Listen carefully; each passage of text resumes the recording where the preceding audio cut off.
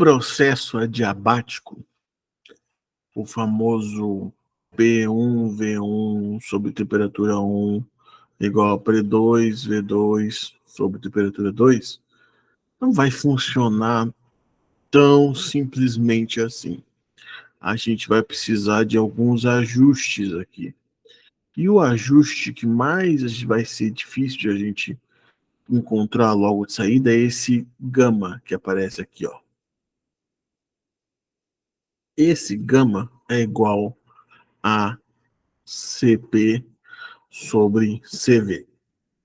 Ou seja, a capacidade calorífica a pressão constante sobre a capacidade calorífica a volume constante. O problema é o seguinte: digamos que eu te informe esse, e você não tem como buscar em outra fonte esse valor aqui. Como é que vai ficar? Então, aqui a gente vai usar o seguinte artifício. Eu te dei o CP, beleza. O CP ele é DH sobre DT. Tudo bem. Vamos olhar essa entalpia aqui.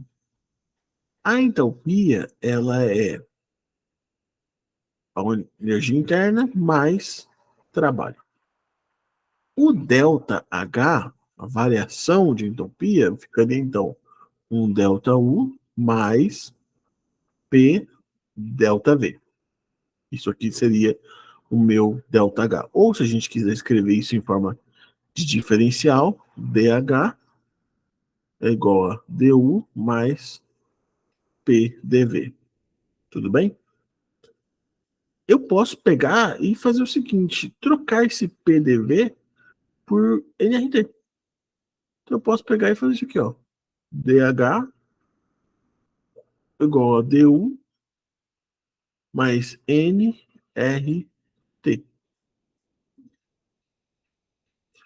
Beleza. O que eu vou fazer então? Eu vou trocar.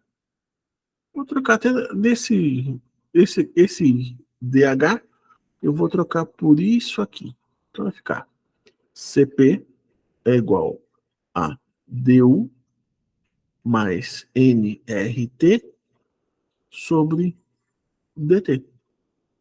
Mas observe o seguinte, que interessante. Isso aqui eu conheço. Lembra lá? CV é igual a DU sobre DT. Como isso aqui eu conheço, eu posso então colocar aqui, trocar isso aqui por CV. Então, para finalizar aqui a nossa parte interessante, CP DT, que isso aqui é CV, mais NR DT sobre DT. Corta, corta. CP é igual a CV mais NR. Oh, então se eu tenho o coeficiente, a capacidade calorífica a pressão constante, eu consigo encontrar a capacidade calorífica a volume constante. E se eu posso melhorar mais ainda, que é a capacidade calorífica molar. Se eu dividir tudo isso aqui pelo número de mols, eu vou ter a capacidade calorífica molar, a pressão constante, a capacidade calorífica molar a volume constante, mais R, ou seja, CP molar menos CV molar é igual a R. Agora eu consigo voltar aqui em cima, achar o delta e aplicar nessas fórmulas aqui. Então essas fórmulas aqui são todas usadas em processos adiabáticos. Vai depender do que for te informado. Se você tiver temperatura, se você tiver pressão, você usa essa primeira parte aqui. Se você tiver pressão inicial e final e tiver...